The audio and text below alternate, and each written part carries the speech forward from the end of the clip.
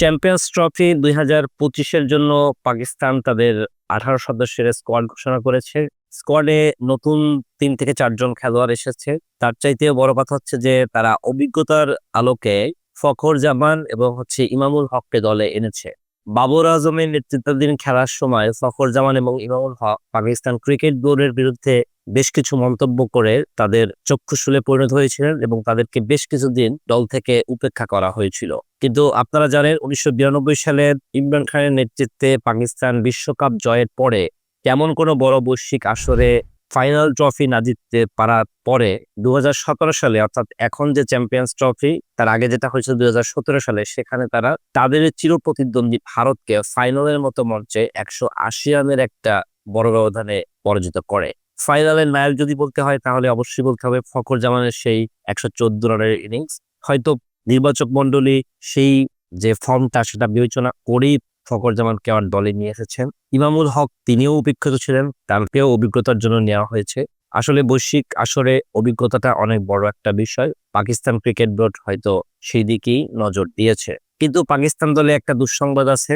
পাকিস্তান দলের এই মুহূর্তে অন্যতম ড্যাশিং ব্যাটার সাইম আয়ুব, যার দলে চান্স পাওয়াটা ছিল একেবারে নিশ্চিত, কিন্তু আনফরচুনেটলি দক্ষিণ আফ্রিকার বিরুদ্ধে সদ্য সমাপ্ত যে টেস্ট সিরিজ, সেখানে তিনি ইনজুরিতে পড়েন। পরবর্তীতে তাদের যে ফিজিও এবং চিকিৎসকদের পরামর্শে তাকে 6 সপ্তাহের জন্য মাঠের বাইরে থাকতে বলা হয়েছে। যদিও চ্যাম্পিয়ন্স ট্রফির জন্য 15 সদস্যের যে মূল স্কোয়াড দেওয়া হবে সেটার জন্য সময় আছে আগামী ফেব্রুয়ারি মাসের 11 তারিখ পর্যন্ত। যদি এর মধ্যে তিনি সুস্থ হয়ে যান তাহলে হয়তো তাকে দলে পাকিস্তান অবশ্যই নিয়ে নেবে। মোহাম্মদ রিজওয়ানকে অধিনায়কের দায়িত্ব দেওয়া হয়েছে। ফখর জামান, বাবর আজম, ইমামুল হক, শাহিন শাহ আফ্রিদির মতো, হারিস রফদের মতো অভিজ্ঞ খেলোয়াড়দের পাশাপাশি দলে নতুন মুখ দেখা যাচ্ছে। বিশেষত সুফিয়ান মুকিল, কামরান গোলাম, এরা দলে চান্স পেয়েছেন। আপনারা জানেন এবারের এই টুর্নামেন্ট একটি হাইব্রিড মডেলে হচ্ছে।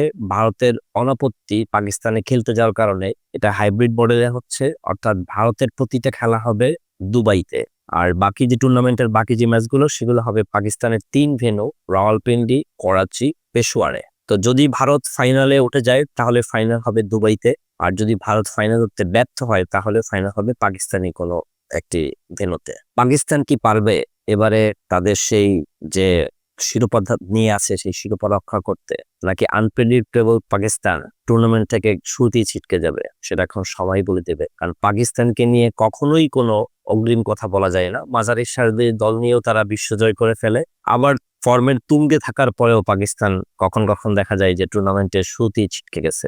সবকিছুই হবে 19শে ফেব্রুয়ারি যখন চ্যাম্পিয়ন্স ট্রফি শুরু হবে।